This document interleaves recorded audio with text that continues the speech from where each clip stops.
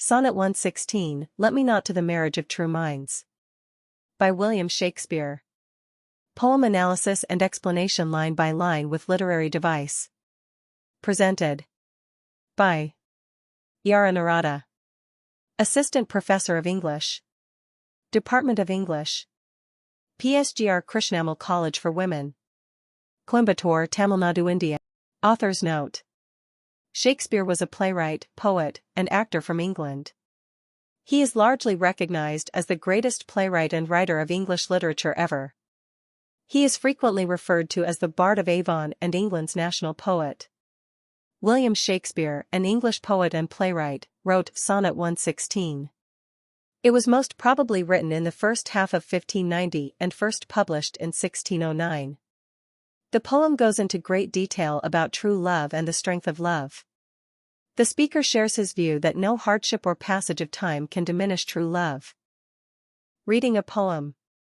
Sonnet 116, Let Me Not to the Marriage of True Minds. By William Shakespeare. Let me not to the marriage of true minds. Admit impediments, love is not love, which alters when it alteration finds, or bends with the remover to remove. Oh no, it is an ever-fixed mark that looks on tempests and is never shaken. It is the star to every wandering bark, whose worth's unknown, although his height be taken. Love's not time's fool, though rosy lips and cheeks within his bending sickle's compass come. Love alters not with his brief hours and weeks, but bears it out even to the edge of doom. If this be error and upon me proved, I never writ, nor no man ever loved. Sonnet 116 Summary, a line-by-line analysis of the poem. Line 1. Let me not to the marriage of true minds. In-depth explanation of text and context. The sonnet opens with the poet declaring that he will not admit any obstacles to the union of true minds. This suggests that the poet is advocating for a pure and unchanging love that transcends physical or external challenges. The line sets the tone for the sonnet, which explores the idea that true love is constant and unwavering. Line 2, Admit impediments. Love is not love. In-depth explanation of text and context of this line of the poem as follows that the poet asserts that true love does not allow for obstacles or hindrances, suggesting that it is a force that cannot be weakened by external challenges. This reflects the idea that true love is steadfast and unchanging.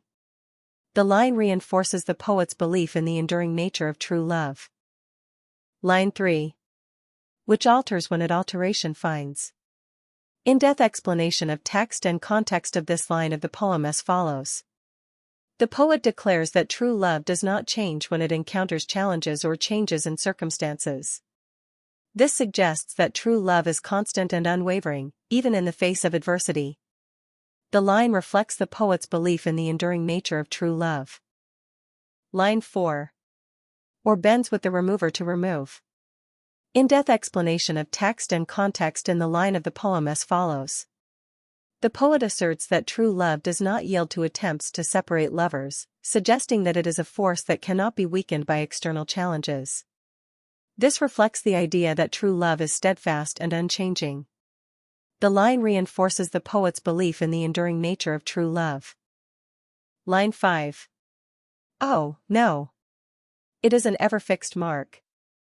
In-depth explanation of text and context of this line of the poem as follows.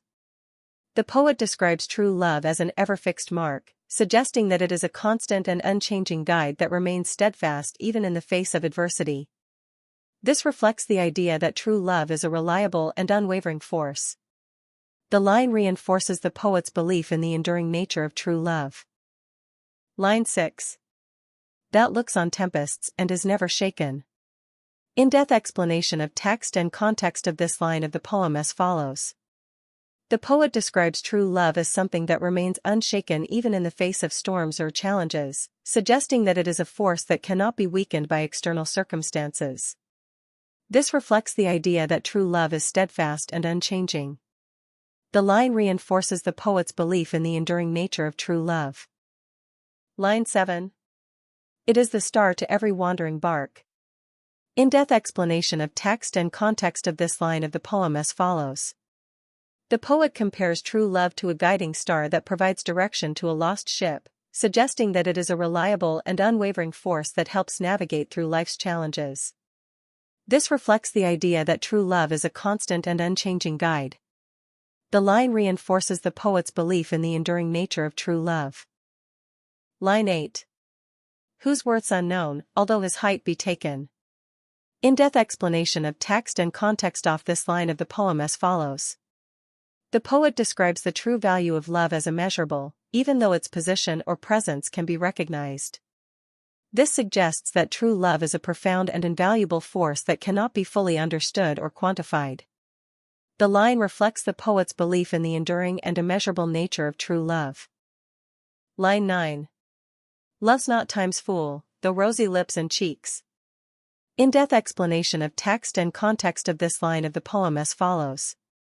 The poet declares that true love is not subject to the whims of time, even though physical beauty may fade with age. This suggests that true love transcends physical appearance and remains constant over time. The line reinforces the poet's belief in the enduring nature of true love. Line 9. Love's not time's fool, though rosy lips and cheeks. In-depth explanation of text and context of this line of the poem as follows. The poet declares that true love is not subject to the whims of time, even though physical beauty may fade with age. This suggests that true love transcends physical appearance and remains constant over time.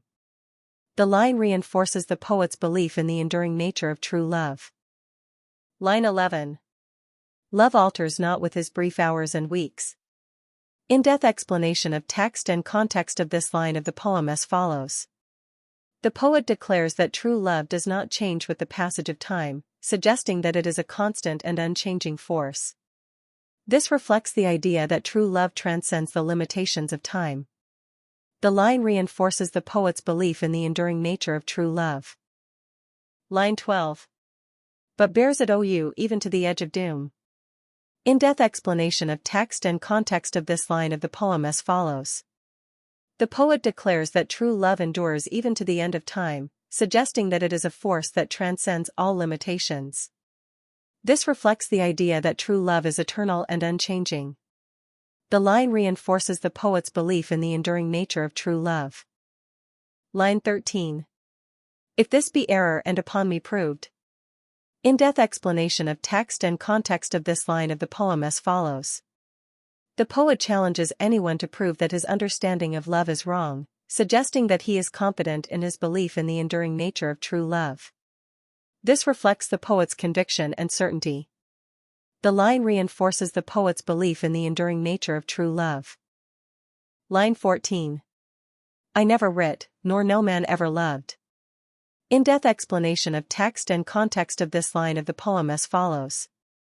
The sonnet concludes with the poet declaring that if his understanding of love is proven wrong, then he has never written anything, and no one has ever truly loved. This suggests that the poet's belief in the enduring nature of true love is absolute and unshakable. The line reinforces the poet's conviction and certainty in his understanding of true love. Summary of the poem. Sonnet 116 is one of Shakespeare's most famous sonnets, defining true love as eternal, unchanging, and unyielding. The speaker argues that real love does not waver in the face of obstacles or change with time. Instead, it is a guiding star, immune to external forces and lasting until the end of time. The sonnet concludes with an emphatic statement: if his definition of love is wrong, then no one has ever truly loved. First quatrain, true love is unchangeable and should face no obstacles. If love changes when circumstances change, it is not real love. Second quatrain, love is compared to a steadfast lighthouse that endures storms and serves as a guiding star for lost ships. Third quatrain, love is not subject to time's power, while physical beauty fades, true love remains unshaken. Final couplet, if Shakespeare's definition is wrong, then he has never written and no one has ever loved, an assertion that reinforces his absolute certainty. Critical analysis of the poem. 1. The definition of true love could be found in this line. Let me not to the marriage of true minds / admit impediments. The phrase marriage of true minds suggests a spiritual, intellectual, and emotional connection, rather than mere physical attraction. The speaker rejects the idea that any obstacles, impediments, should hinder true love. This recalls the traditional Christian wedding vows, "Let no man put asunder," reinforcing love's sacred and unbreakable nature. Love as an ever-fixed mark. Oh no! It is an ever-fixed mark, and that looks on tempests and is never shaken. Love is compared to a lighthouse, which guides sailors through storms and remains unmoved. This image emphasizes love's strength and reliability. The use of tempests suggests that love faces hardships, yet remains unwavering. It is the star to every wandering bark, whose worth's unknown, although his height be taken. Love is like the North Star, which has guided sailors, or wandering barks, for centuries. Its true value is immeasurable. Sailors can measure its height, but not its worth. This implies that love's power cannot be fully understood or calculated. Love versus time. Love's not time's fool, though rosy lips and cheeks and within his bending sickle's compass come. Time is personified as a grim reaper, with a sickle, that destroys youth and beauty. However, true love does not fade as physical beauty does.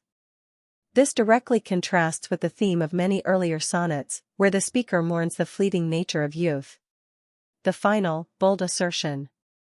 If this be error and upon me proved, and I never writ, nor no man ever loved. Shakespeare stakes his entire poetic career on this definition of love. He suggests that if he is wrong, then poetry and love itself do not exist. This absolute statement adds weight to the argument. He is utterly convinced of love's eternal nature. Different, theme analysis of the poem. 1. Love's constancy.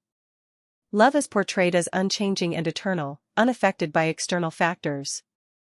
The use of nautical imagery, the lighthouse, the star, reinforces the idea that love provides guidance and stability.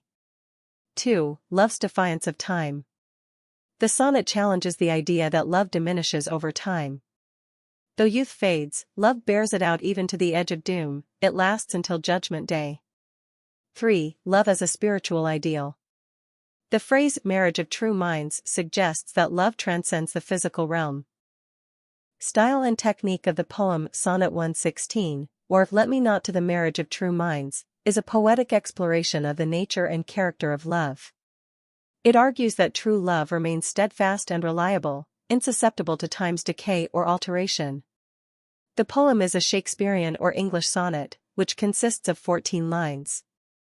It is divided into 3 quatrains, 4-line sections, and a final rhymed couplet, 2-line section, following the ABAB in first quatrain.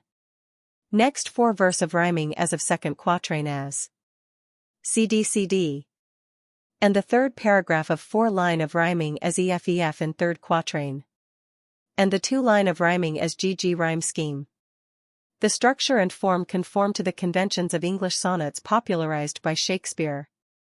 The sonnet is written in iambic pentameter, the most common metrical pattern in English poetry. The iambic pentameter contributes to a regular, rhythmic pattern in the sonnet. This rhythmic quality helps create a sense of balance and harmony in the poem, reflecting the stability the speaker attributes to love. Sonnet 116 employs several poetic devices to enhance its impact and convey its themes. It begins with the metaphor of the marriage of true minds, representing the deep connection between two individuals in love.